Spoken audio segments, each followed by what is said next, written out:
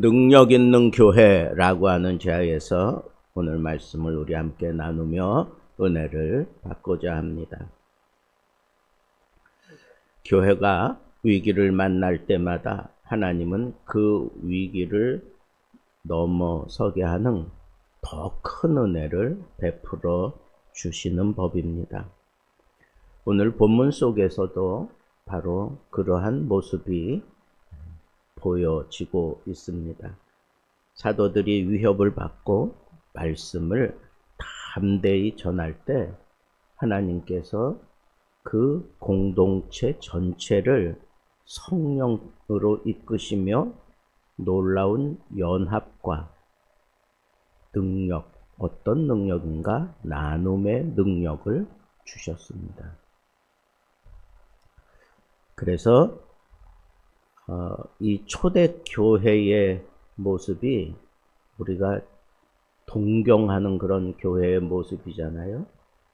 근데 그 동경하는 교회의 모습, 이 두 가지가 결여되면 안 되는데, 그게 뭐냐? 연합하는 거예요. 하나가 되는 것이고, 다른 하나는 나누는 겁니다. 모든 물건을 통용하고 또 삶을 나누는 것. 그럴 때 그 교회가 이른바 능력 있는 교회가 되는 법입니다.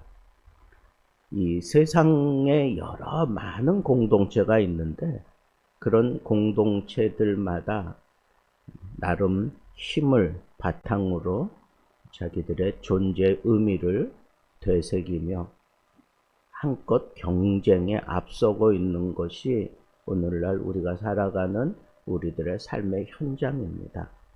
그런데 그 세상의 공동체와는 다르게 교회 공동체라면 이 두 가지가 그들과는 확연하게 다른 모습을 보여주어야 합니다. 하나됨, 그리고 헌신. 마음과 뜻을 같이 하는 공동체야말로 능력 있는 교회가 틀림없습니다. 오늘 본문 말씀에도 보니까 위협을 당하고 난 이후에 위협을 굴하지 아니하고 우리는 더 크게 담대한 믿음을 가지고 말씀을 전하겠다. 그러면서 사명으로 똘똘 뭉쳐진 그 교회가 이제는 믿는 무리가 한 마음과 한 뜻이 되었다라고 그렇게 성경이 기록하고 있습니다. 한 마음, 한 뜻이라는 표현은 그냥 단순히 친분 관계를 말하는 게 아닙니다. 그 친분 관계를 뛰어넘어서 성령으로 하나가 된, 그래서 영적으로 딱 하나가 된 모습을 바로 한 마음, 한 뜻이라고 그렇게 표현한 겁니다. 이들은 생각이 같아서가 아니라 성령 안에서 하나가 되었기 때문에 세상에서 추구하는 그런 연합과는 다른 성령으로 말미암아 하나가 되어 있습니다.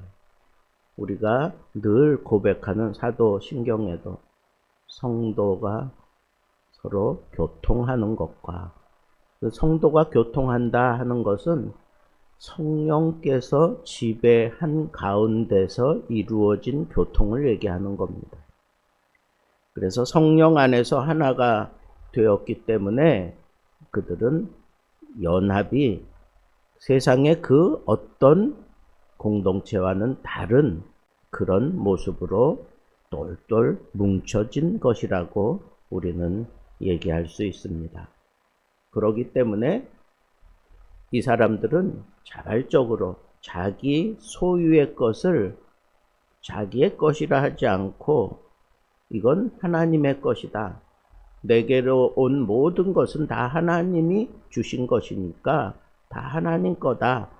그러면서 이건 우리 모두가 함께 나누어야 한다라고 그렇게 생각하면서 다 내려놓았던 겁니다.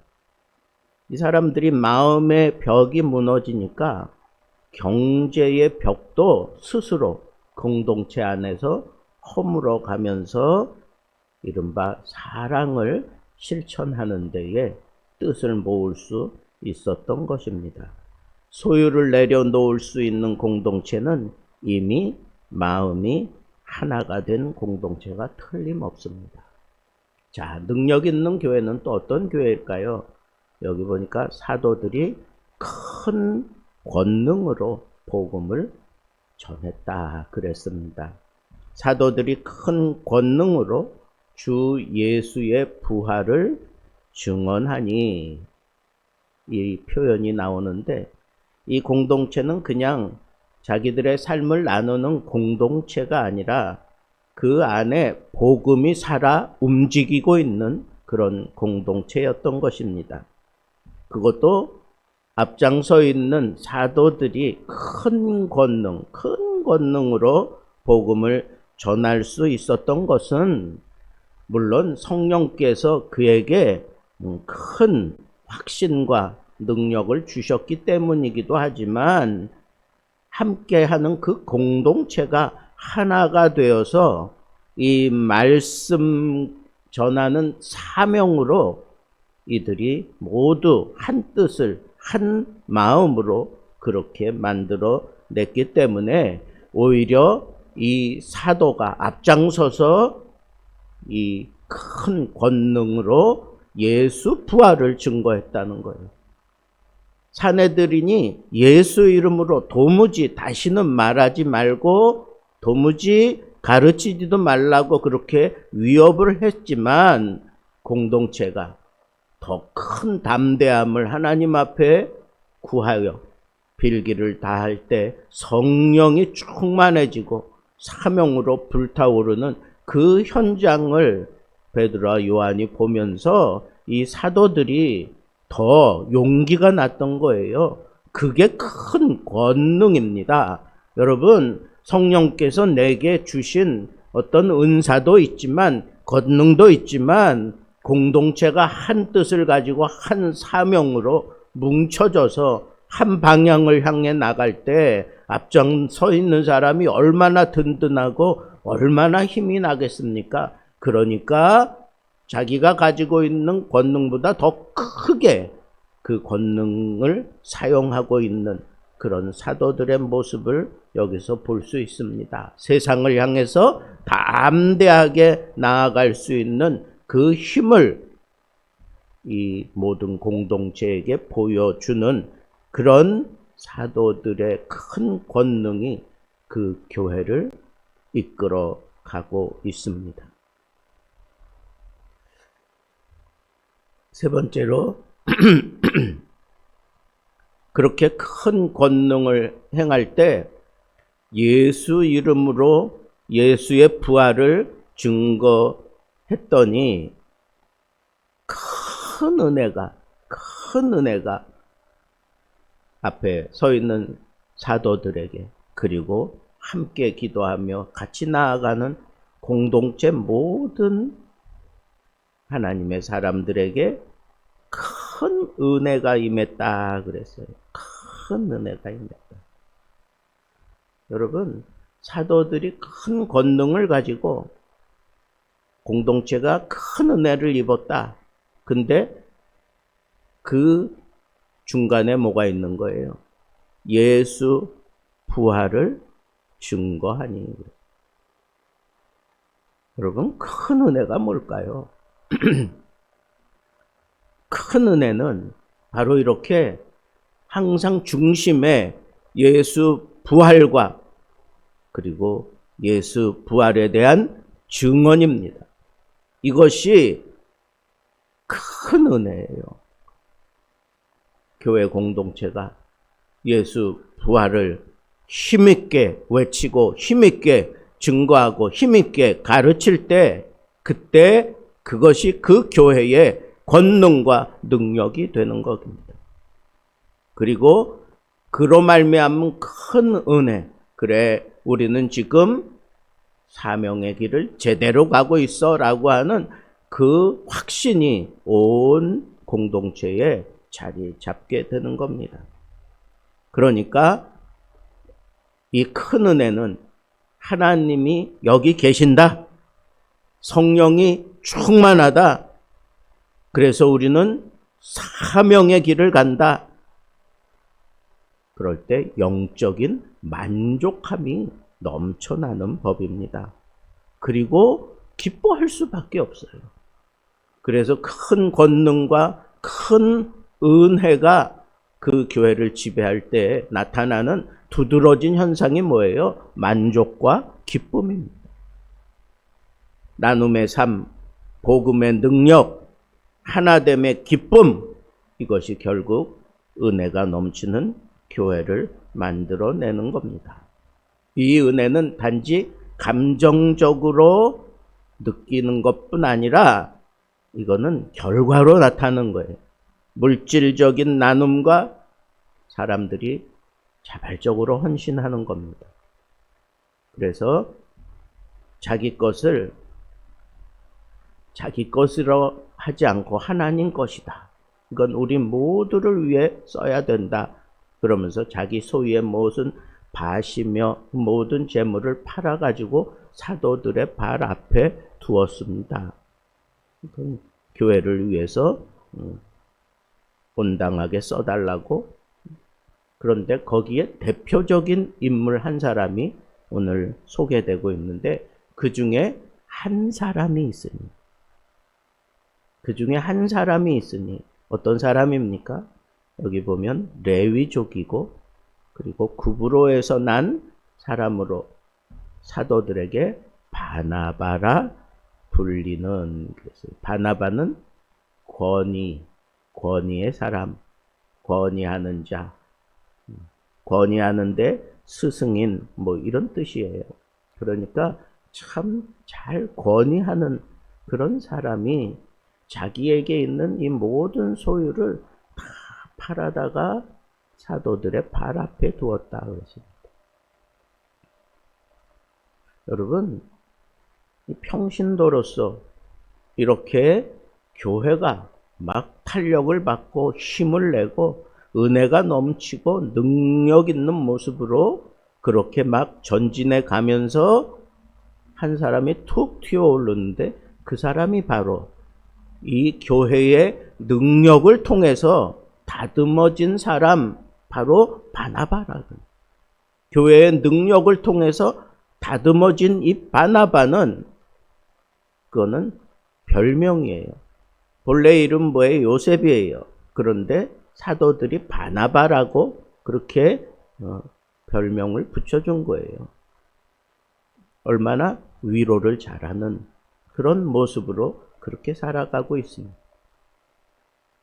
교회에서 위로를 잘하는 그런 모습으로 인정받고 그리고 이렇게 지켜 세워주기까지 그는 뭐 태생이 그렇다기보다는 이 교회의 능력을 통해서 잘 다듬어진 결정체와 같은 그런 사람으로서의 바나바를 우리는 여기서 느껴야 하는 겁니다.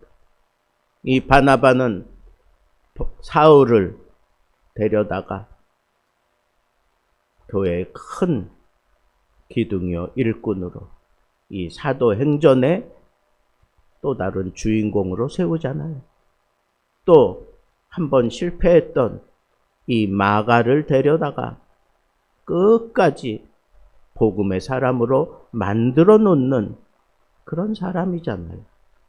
바울과 함께 첫 번째 선교 여행을 떠났던 사람이잖아요. 그러면서 바울에게 얼마나 큰 위로와 힘을 계속 곁에서 주었을까 생각해 보면, 야, 참 이 바나바의 등장이야말로 또 다른 세대를 책임지는 그런 인물로 다듬어져서 이렇게 사도행전에 다 부각돼서 떠오르는구나 하는 것을 생각하면서 저는 그 접점을 성경이 왜 여기에서 바나바를 소개하느냐. 그건 능력 있는 교회가 이렇게 능력 있는 모습으로 온전하게 그렇게 다듬어지고 그렇게 세상을 향하여 바르게 나아가고 그럴 때, 그 안에서 정말 멋진 하나님의 사람으로 다듬어져서 세워진 사람이 바로 이 바나바다라고 하는 것. 그런데 그 바나바, 그렇게 한 세대를 책임질 수 있는 그런 사람으로 그가 훌륭하게 떠오르기까지 그의 시작은 바로 자신의 모든 것을 내려놓고 이 교회와 함께 하겠습니다. 이 교회에서 내게 주신 은혜를 따라 내가 온전하게 복음을 위해 살겠습니다. 라고 그렇게 다짐하며 자기의 모든 것을 헌신하면서부터 시작되었다고 하는 것. 그것도 교회가 인정하고 교회가 앞으로 제대로 나아갈 때 그 은혜와 그 능력을 통해서 다듬어졌던 사람, 그 사람 가운데 한 사람 바나바입니다. 저는 오늘 말씀을 통해서 참 진짜 능력 있는 교회는 이렇게 하나가 되는 교회다. 성령으로 하나가 되는 거예요. 능력 있는 교회는 헌신하는 교회다. 성령의 지배를 통하여 교회가 힘있게 자기 사역을 제대로 감당해 가면서 다듬어 놓는 한 사람, 그 한 사람이면 한 세대를 책임질 수 있는 그런 넉넉한 사이즈로 얼마든지 자기 역할을 감당할 수 있는 인물을 키워낸다고 하는 이 사실을 우리가 놓치지 말고 우리 교회도 정말 초대교회처럼 능력 있는 교회, 하나 되는 교회, 헌신하는 교회, 한 사람을 세우고야 마는 교회, 그런 교회가 되어서 이 말세지 말에 하나님의 뜻을 크게 이루어 갈 수 있는 권능과 은혜가 넘치는 교회 되기를 우리 주님의 이름으로 축복합니다.